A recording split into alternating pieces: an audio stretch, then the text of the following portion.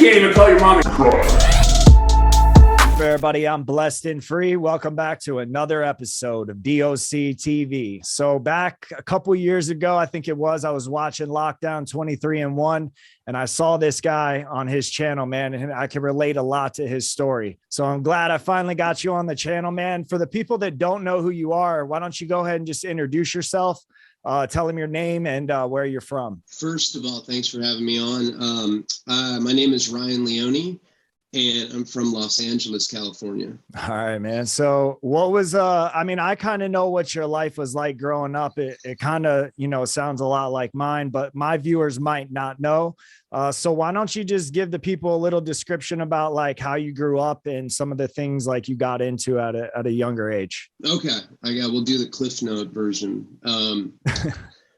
I was born in Boston, Massachusetts. I'm an only child. And when I was 3, my parents moved to Santa Barbara, California. Santa Barbara is like an hour and a half north of Los Angeles. And I had a really normal, happy childhood, except I had debilitating ADD.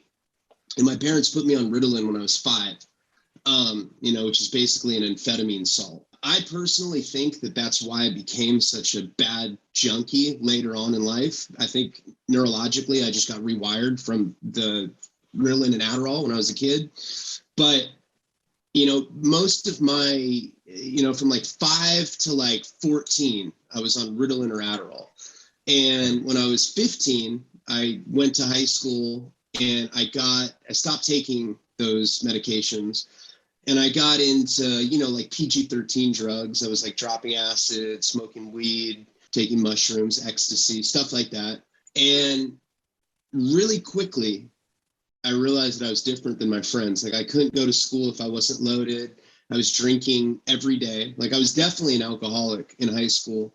And it came to a point, I think like 2 or 3 months into my high school, when I was a freshman, I got expelled from 3 high schools within the span of 1 month. It took me like a long time to learn how to read and write. I don't think I could read until I was 7 or 8, and like kids used to make fun of me because I just couldn't read and I couldn't write. I couldn't do basic stuff. I was really fidgety, and that's why they put me on medication. It wasn't a behavioral thing. But when I was 15, I started getting in a lot of trouble. Fist fights, a lot of truancy. I got expelled from one school for truancy. One school it was a boarding school and I just ran away from it. And then the 3rd school, I got caught with weed. So those were the 3 expulsions. And I was ditching all the time too, and so my parents didn't know what to do with me. They were freaked out and they sent me to a wilderness program in Idaho called Seuss. And I saw a kid slit his wrist the second day I was there, or the first day I was there. Yeah, first day I was there, I saw this kid slit his wrist. That's when I was 15. It was crazy because he had gotten a peach can lid and serrated it with like a rock. So it had like, these serrated edges from like rubbing it really hard against a rock. And he slit his wrist the right way, vertically. Yeah, the long way. Blood just started squirting. It was fucking gnarly. I was like, wow. And then my parents ended up taking me, we thought we were leaving. It was like a 60-day program. I was like, all right, we're all excited to go home.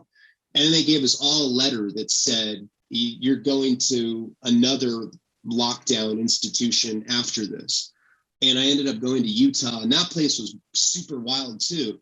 It had a lot of girls there that were self-mutilators. There's a guy that was there because he had fucked his neighbor's dog. They like had to sew the dog back together, just like way out weirdo shit. Now I was like, what am I doing here? I'm just a partier, even though I knew I was different than my friends when I got there and like there's guys fucking dogs. And so I was like, whoa, like I'm not on this level. I don't,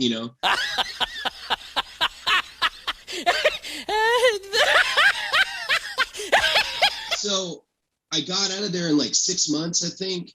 And I came back to Santa Barbara and my parents put me back in high school. And the first night that I was back, I went to a keg party and got drunk. And then just like a few days after that, I did cocaine for the first time. And that was like a huge milestone for me. I went out to smoke a cigarette with these 2 girls. They were seniors. I was a freshman. and they're snorting coke out of a bullet. I didn't even know what that was. I mean, I knew what cocaine was, but I didn't know what they were doing.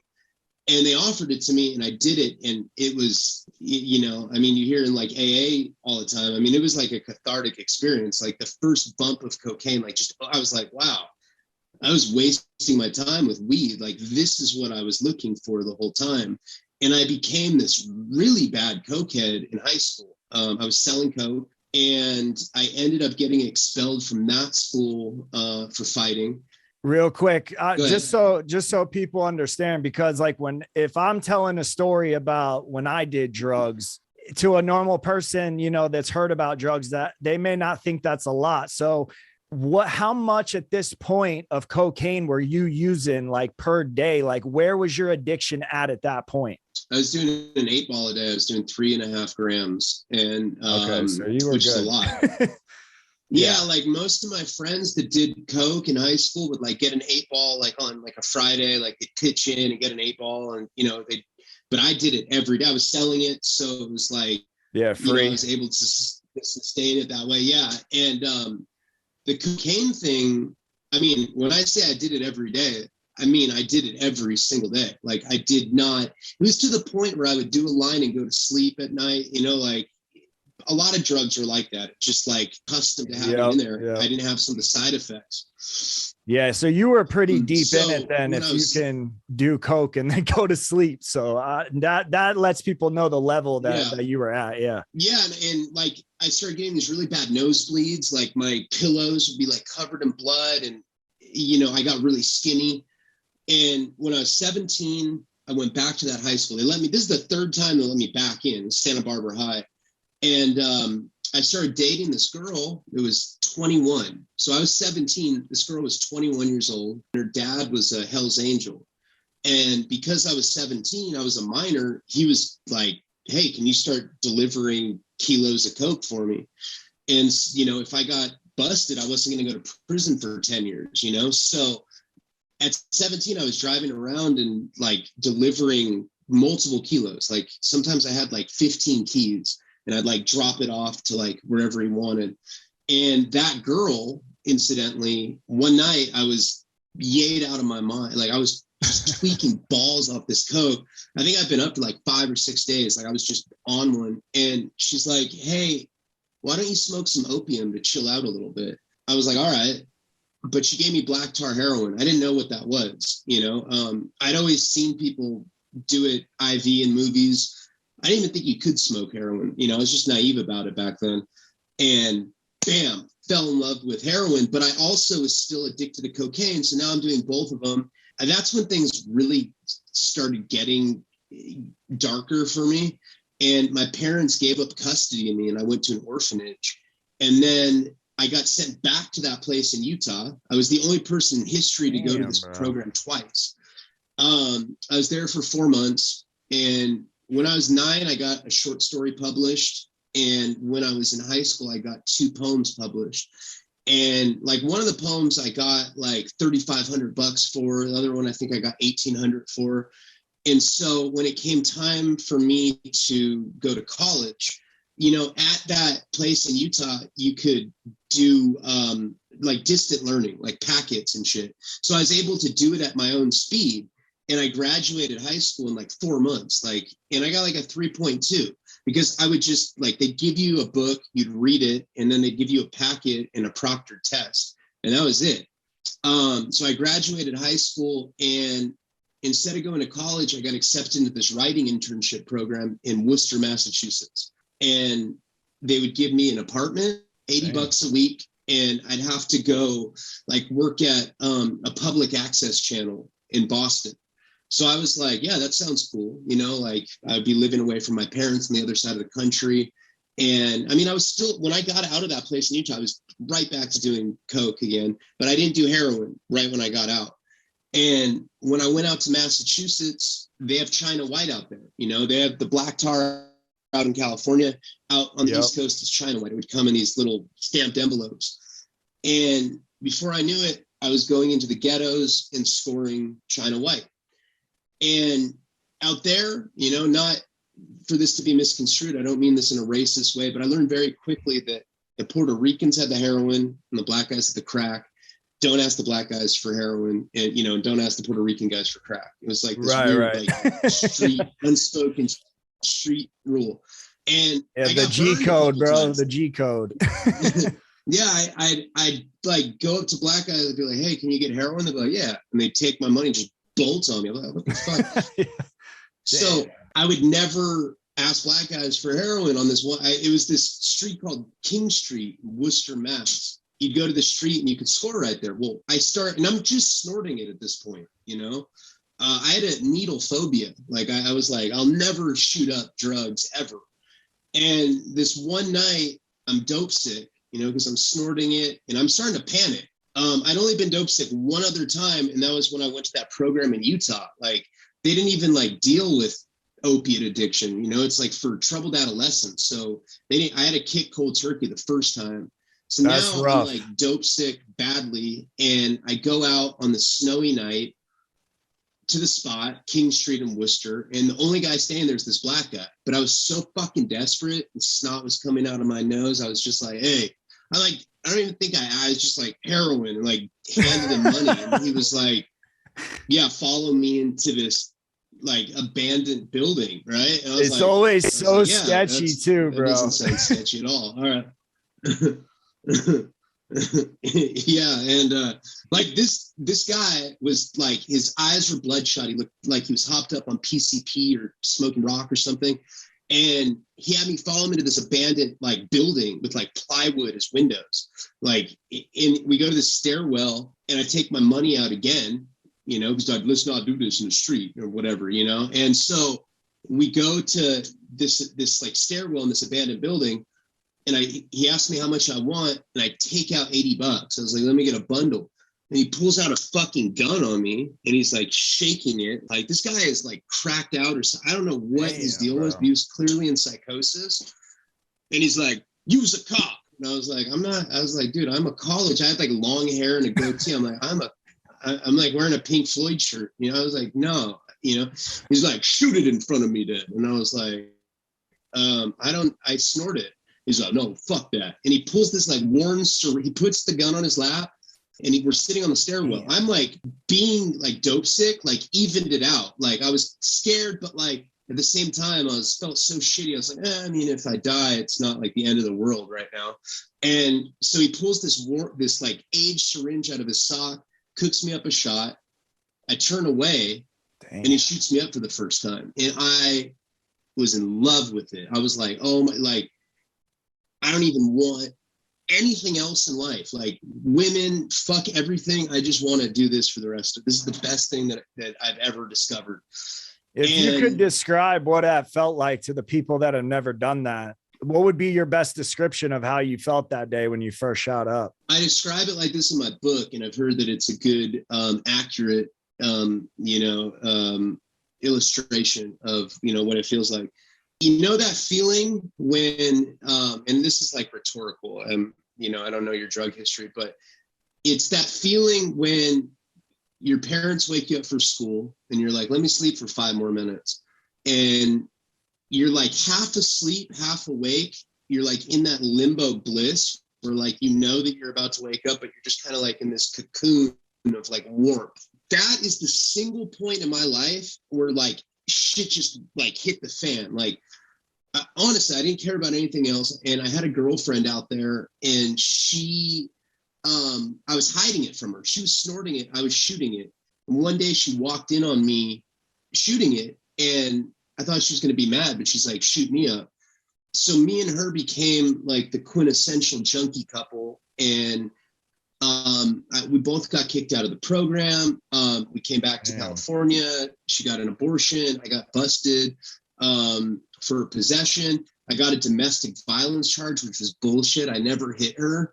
She was smoking crack pregnant, and I was chasing her down the street, and like these like surfer guys were like, hey man, what are you doing? And I was like, hey, don't touch me. And one of them touched me. So I fucking cracked him, and they called the cops, and I got arrested for domestic violence on her, even though I didn't put hands on her. That's crazy how they do shit like that, bro. It's just garbage. But yeah, that was like and then 2 weeks later, she throws a phone at my face and breaks my nose. She gets arrested for domestic and it gets dropped the next day, because I like wouldn't make statements on her or whatever. Totally. It's bullshit. It's so unfair and disproportionate and hypocritical. Yeah. From the time you started shooting it up, how many years, days, months was it until you ended up in your first prison? Well, okay. So somewhere like along that way, I decided to get clean. I was 20, the first time that I made like a conscious. So I started doing heroin at 17. By 20, I decided to go to rehab, and I went to one in Florida. And I ran away with a girl. I'm back and forth, like going into rehab, finding a girl. Oh, you're fucked up like me. Let's leave. And we would just go till the wheels fell off and everything went up in flames. And eventually I got busted for possession of heroin out there. And, that's a conservative state. They're a little harsher on drug possessions than they are in California. My dad got like an expensive attorney, and I only served 60 days for that. But that was the first time I got a felony. So then I moved back to California, and I'm in and out of rehab. Somehow I've accumulated 29 different rehab stints in all of these years. And eventually I just gave up. I was like, I can't, I would legitimately try to get clean and I couldn't do it. And I was like, I don't think it's possible for me. So I started selling drugs. Like, I'm not going to go prostitute myself. I'm not going to, I'm not like a bank robber type. And I was like, selling drugs seemed like the least nefarious of like all illegal ways I could like sustain my habit. And so I started selling serious weight. I was moving kilos of Molly, and I was moving, I'd get 100 pounds of mushrooms. And what happened is my heroin habit got so bad. I got on the methadone program. And so I was doing 11 grams of black tar a day, and I was on 180 milligrams of methadone. So it was the only way I could feel the heroin. So I had this gargantuan, insane habit. And around that time, I wanted to go legit. Like, I didn't want to be selling drugs anymore. I was sick of looking over my shoulder. I was making $10,000 a week. I was bawling at that point. And I knew that it was inevitable that I was going to get caught. So I started, one thing led to another, and I started working for Spike TV as an associate producer, like that show Wildest Moments Caught on Tape, stuff like that. And I would buy the footage and I would sell it to Spike. And I was like making all this legit money, but I was also still selling drugs, and I was trying to transition into being, a legitimate member of society. And I came up with this show idea called Cop Busters, and it was going to be like the show Cops, but it was going to get crooked cops in trouble. Hell yeah, I like that. I pitched it to Spike. I pitched it to Spike, and they fucking loved it. They offered me 400 racks for it. Damn. So I was like just about to sign this deal, and I stayed up for 8 days smoking crack, and I missed the meeting, and they scrapped the show. And I was heartbroken. Damn. And so at that point I was like, fuck producing television, fuck writing, fuck it all. I'm just going to sell drugs and be a dope fiend. And so that's what I did. And what ended up happening is I was dealing with this guy who never got caught for this case, but he was giving me pounds of heroin. So I was getting a pound of black tar heroin for $8,000. And I'd go down to LA. I was living in Santa Barbara. I'd go down to LA. I'd grab a pound of heroin. I'd come back, and I had 3 runners that worked for me. And that's actually when I was making the 10 grand a week. It was like consistent 10 grand a week. But like on Molly deals, sometimes I'd walk away with 50, 60 G's in one deal. So, like I probably was close to a cash millionaire, definitely $500,000. I know I had $500,000 of actual liquid cash, but I also like owned a bunch of cars, and like I was just I was never in it for the money. I was in it just to keep my habit going. The money just came with it. It was like a side effect from selling that much weight. And my connection got busted for being an illegal immigrant. He got pulled over, and so he went to prison. He got busted, and he called me from prison, and he was like, hey, my wife just got out of state prison for homicide. or like attempted homicide. I don't know. She was away for like a long time, like 12 years or something. She wants to take over the business. She's calling me from a cell phone in prison. Yeah, I was like, how are you calling me right now? He's like, we got cell phones in here. I was like, oh, all right. And so I meet up with her. We start doing a bunch of business together. Like, I'm buying 2 pounds, 3 pounds at a time. And she got busted because we were throwing tennis balls full of heroin over the fence in the state prison that my homeboy was at. And they caught her, like they caught onto it. And the feds followed her back from this prison to her house in LA. This was like 5-6 hours away. The feds like chased her the whole time. That's why it was federal at first, because for jurisdiction purposes, they knew that they were going to be going through different counties. And when they got to her house, they found a kilo of heroin. They found like semi-automatic weapons, like all this crazy shit. Damn. And she told on me. Usually when you get busted, you tell on your connection, not on the person below you. And so I went down to LA one day with my girlfriend at the time, and a different girlfriend than the one I was talking about in the beginning. And Diana was the name of my connection. Diana says, hey, you need to go wait in the car, which she never, I was like, huh? And she's like, yeah, you need to go wait in the car. Now, this is the thing. By this point, I had so much money coming in that I paid some paisas to bring the dope from LA to Santa Barbara twice a week. So he didn't show up. And I was like, I called her. I was like, what's up? And she's like, you're going to have to come down here. He got busted. So she's like, hide in the car. So I did. We leave her house and 2 sheriffs get behind us, LA sheriffs. And they put their lights on. We're on the freeway. And I tell my girl, I'm like, we're busted. She's like, why do you say that? It might just be a traffic stop. And I was like, yeah, sheriffs don't pull you over on the fucking freeway for a traffic stop. Like we're busted for sure. And so we pull over, and the cops are like, do you know why we pulled you over? I was like, no. They're like, can we search your car? I was like, why? And they're like, we have reason to believe there's something in the vehicle. I didn't know she told on me. I wouldn't have thought that. Yeah. Because I didn't think it worked like that. Like, why would my drug dealer tell on me? You know what I mean? But I first I was like, no, you can't search my car. I'm not on probation or parole. Nope. They're like, all right, well, we're going to bring dogs. We're going to rip your shit apart. And so I'm like, okay, if I let them search it, it's in the stash cans. Maybe I'll get away with it. If dogs come, I'm hit. They go right to my trunk, open it, unscrew the stash cans. I'm like, fuck. Oh my. And so God, they bust. I only had a half pound on me. I didn't even know how much trouble I was in. I didn't think I was in as much trouble as I was. That's for sure. They came up to me and they're like smiling. They're like, oh, look what we found. I was like, fuck. And they bring us to this like police substation. Come to me, ask me if I want to make any statements. I say no. Come up to me maybe like 3 hours later, and they're like, all right, we have a deal for you. If you talk to us and you admit that this is your dope and that you plan on distributing it, we'll let your girl go. You don't have to tell us who gave it to you. You just have to tell us that this is your dope. She has nothing to do with it, and that you were going to distribute it. And so I thought about it. I was like, let me think about it. So like 30 minutes goes by. I thought about it. I was like, all right, it's better if I have her out instead of both of us being busted. So I signed this confession saying it was my dope and I planned on distributing it. And I didn't have to implicate anybody else. 5 hours goes by and they release both of us. And I'm like, what the fuck? I didn't know what was going on, but it didn't look good either. Like, I'm going back to my hometown. I just got busted with weight. Yeah. And now they just let me go. I had no idea why.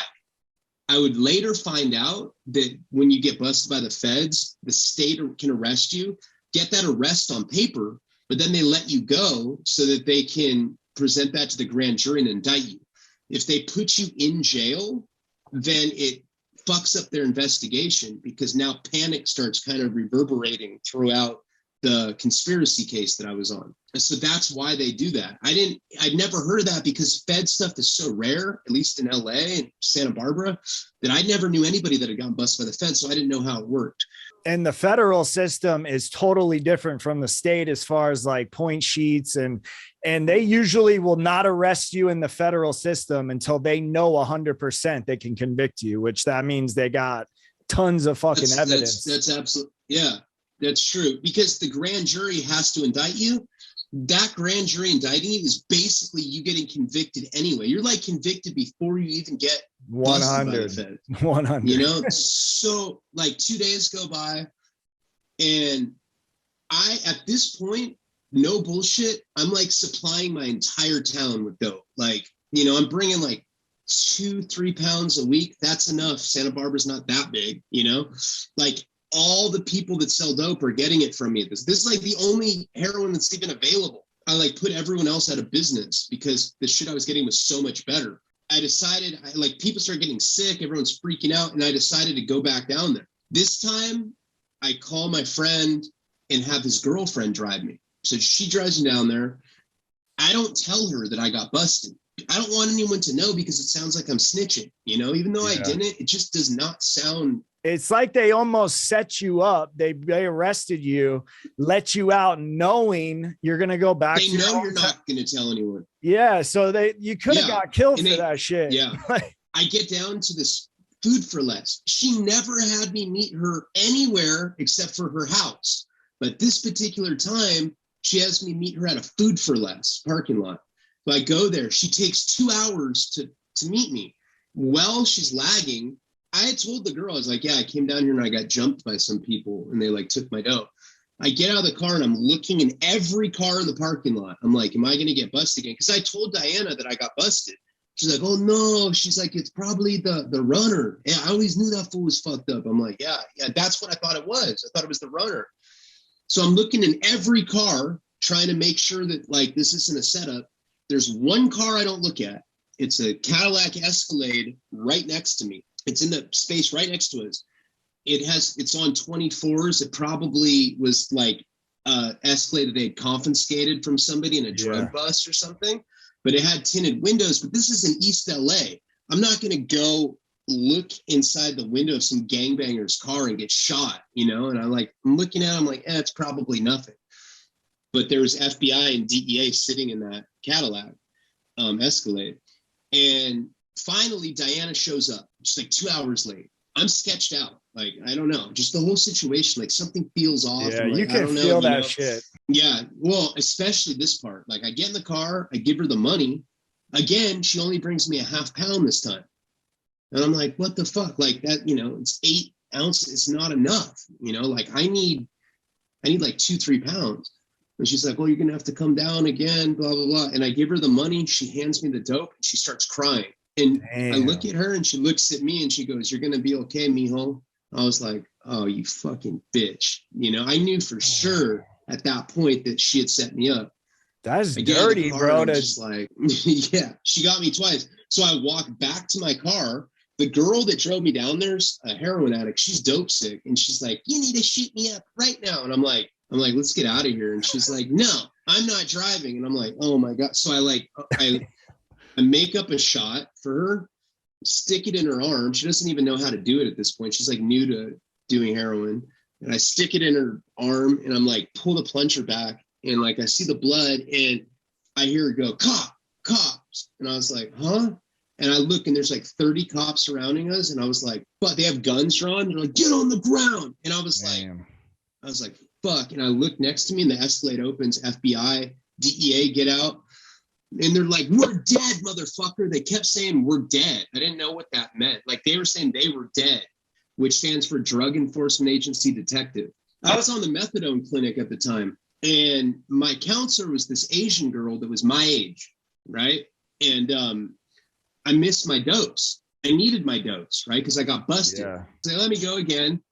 And I call the methadone clinic and I'm like, hey, I need a dose. Like, and she's like, nope, we can't give you, you know, methadone clinics. Or I was like, I got busted in LA. I got arrested. Because if you get arrested, that's one like incident, you know, that's one situation where they'll like allow you to come dose. I was like, I got arrested. And she's like, what do you mean? All right, we'll let you dose, come in and tell me what happens. So I told her the story, right? I told her the story how they let me go twice. The only person that I told. I didn't know this, but she was dating one of my runners, this fucking therapist at a methadone clinic. She was dating one of my runners, and she tells him what I told her. And so the other drug dealer in town, the only other one that's like kind of doing anything, it's like my competition, so to speak, even though like really I had my, I really like had that whole town on lock at the time. This is another guy trying to get there. He calls me out to lunch and he's like, hey, come have lunch with me. I was like, all right. He owned a pizza shop. And so I go to his pizza shop and I swear this is like some shit that would happen in a movie. He's like, look under the table. And I look under the table and he has a gun pointed at me. And he's like, tell me why you got arrested with weight twice and the feds let you go. So I'm going to have him back on. We're going to do a couple parts. This guy's got a crazy story. I can relate a lot to this story. I hope you guys are enjoying this. Man, I know you got some social media. You got a YouTube. Obviously, I'll put the links in the description of this video, but if you want to give, people what's like your biggest social media platform, and you can just give them that and they can go check you out. All my social media is Ryan Leone, RyanLeone 85. So at Ryan Leone 85. I got a best-selling book out called Wasting Talent. They're making a movie out of it. My YouTube channel is just my name, Ryan Leone. And my Patreon is just my name, Ryan Leone. And those are the different platforms that you can come check. All right. Yeah. And then when you send me the links, I'll drop them in the description too. But man, I appreciate you coming on and sharing your story. I've heard it a while back. Like I said, always wanted to chop it up with you. Connection was kind of iffy, but we did it. So we got it done, man. I appreciate you coming on. If you're new and you're tuning in for the first time, this is the kind of stuff I talk about on this channel. If you like that type of content or you know somebody that does, man, do me a favor, hit that subscribe button and turn your post notifications on. And with that, it's DOC TV and we're out.